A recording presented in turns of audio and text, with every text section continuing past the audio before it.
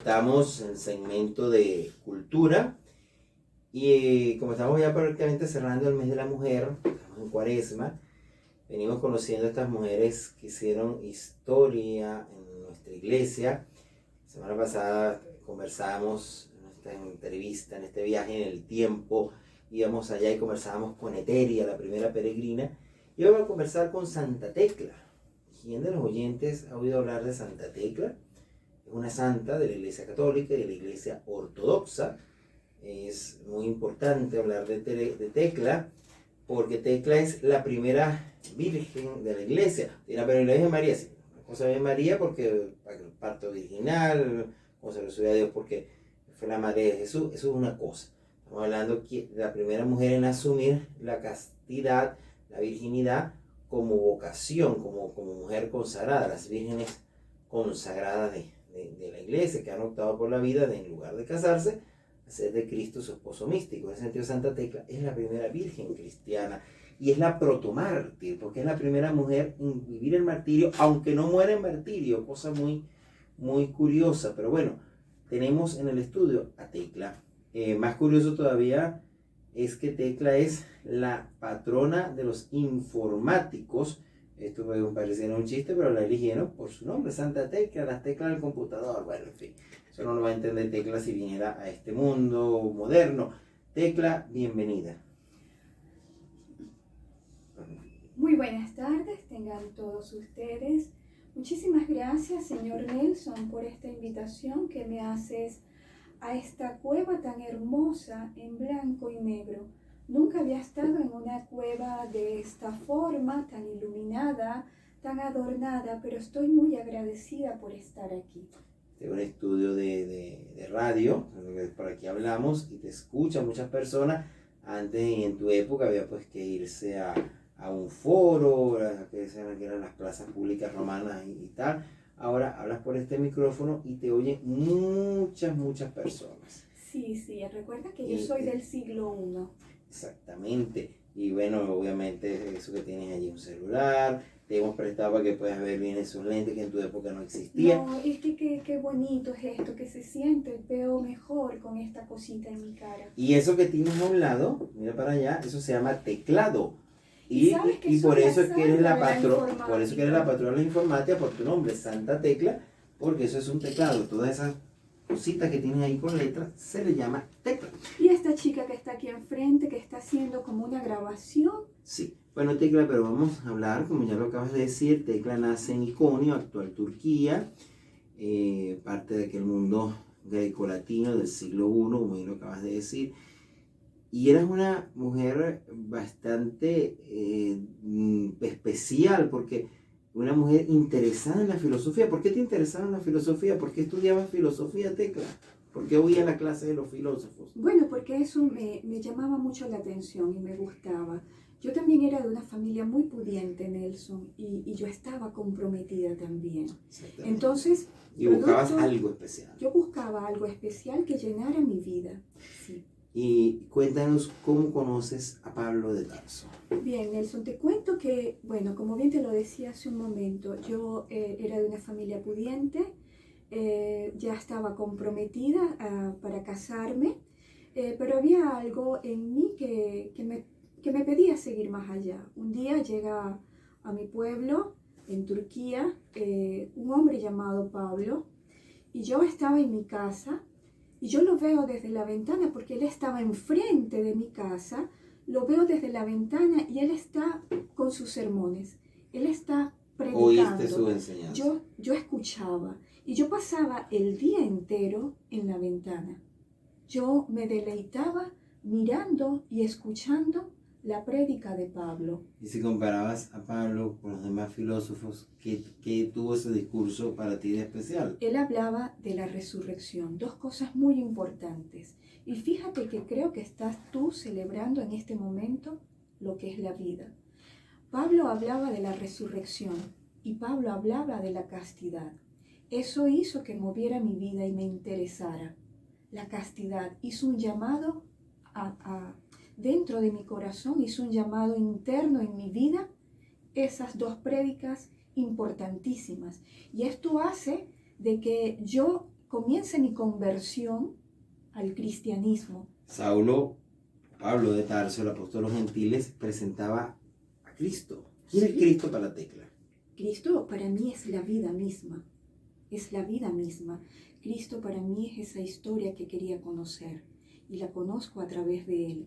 Cristo es para mí precisamente lo que es la resurrección y lo que es la vida.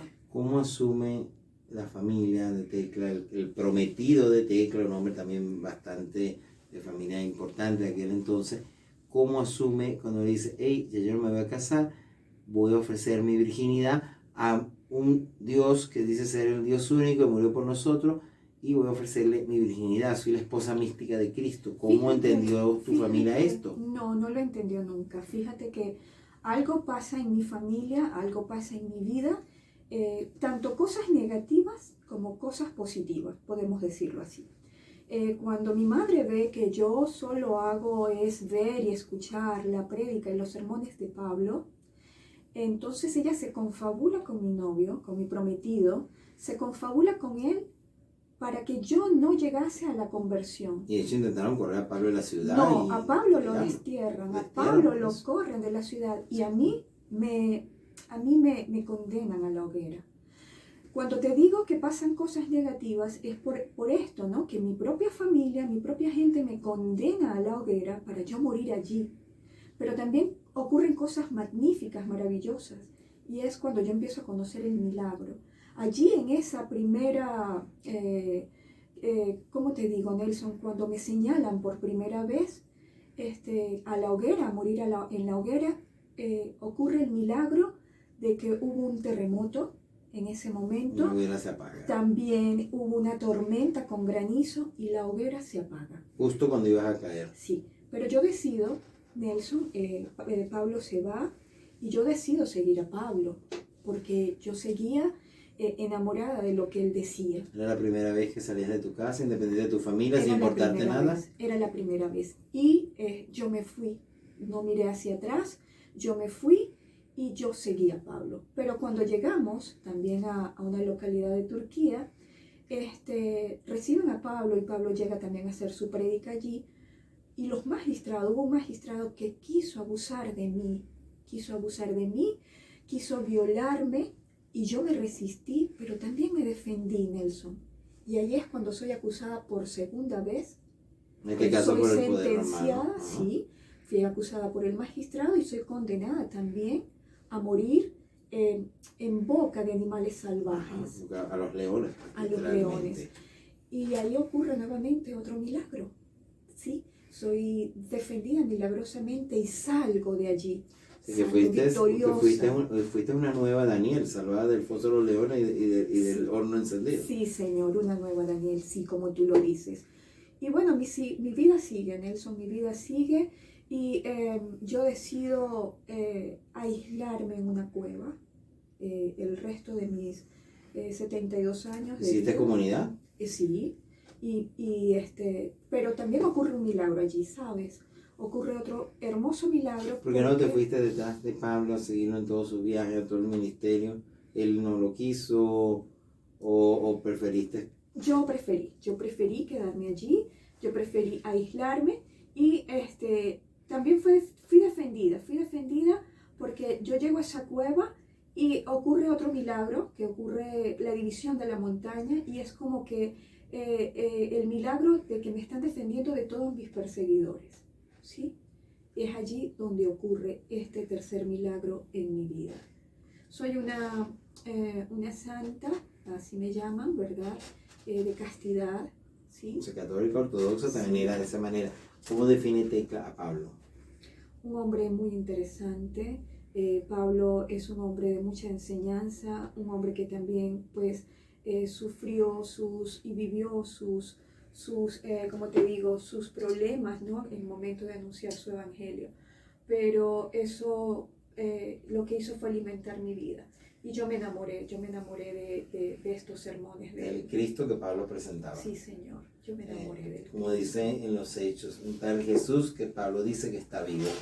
Bien, Tecla, importante todo esto que nos cuentas. Lastimosamente, pues tenemos muy pocos registros sobre Tecla, Sí. más en una tradición oral, y los hechos más seguros al respecto, ahí existe un libro, uno quizá no hayan escuchado mencionar, que se llaman Los Hechos de Pablo y Tecla, y aunque es un libro apócrifo, es decir, no pertenece al canon de la Biblia, pero el libro tiene bastante de la historia de Tecla principalmente, y también pues de lo que son esa sociedad, esos ambientes en los cuales Pablo predicó en el mundo mediterráneo. Tecla, un mensaje final a la mujer de hoy, a esa mujer que de repente tiene por aquí mucha presión, que quieren banalizar la pureza, y por otro lado, las enseñanzas que 2000 años después que tú vives siguen estando allí, te hablan del respeto al cuerpo, te hablan de que somos templo del Espíritu Santo. ¿Qué le dice Tecla a la mujer de hoy? Precisamente, Nelson, lo que le digo a estas mujeres del día de hoy es precisamente respetar su cuerpo, respetar su integridad como mujer. La castidad es algo maravilloso. La consagración de esa castidad hasta el matrimonio es muy, muy importante. También mi mensaje es a que abran sus corazones también a ese mensaje del Evangelio y esa nueva vida que te transforma, ¿verdad? Y precisamente en esto que estás tú celebrando en este programa, precisamente esto que están transmitiendo, la resurrección de nuestro Señor es vida misma, y esta es la vida que tenemos que celebrar. Y esta buena nueva que siempre ustedes como cristianos están transmitiendo, es lo que enriquece el corazón del cristiano, ¿sí? Y es la vida que el cristiano tiene dentro de sí. A las mujeres también que están embarazadas, Nelson, las invito a seguir adelante con su criatura. Es una bendición lo que tienen dentro de sí, y así tengan un día, ya ese granito que tienen Una vida dentro, que tiene que ser defendida. es una vida que tiene que ser defendida y que tienen el derecho de nacer. Así es. Bueno, vamos con música y volvemos para despedirnos. Un poquito de tiempo de descuento con esta gira de luces. Seguimos aquí en el Magazine Dominicano con música y volvemos.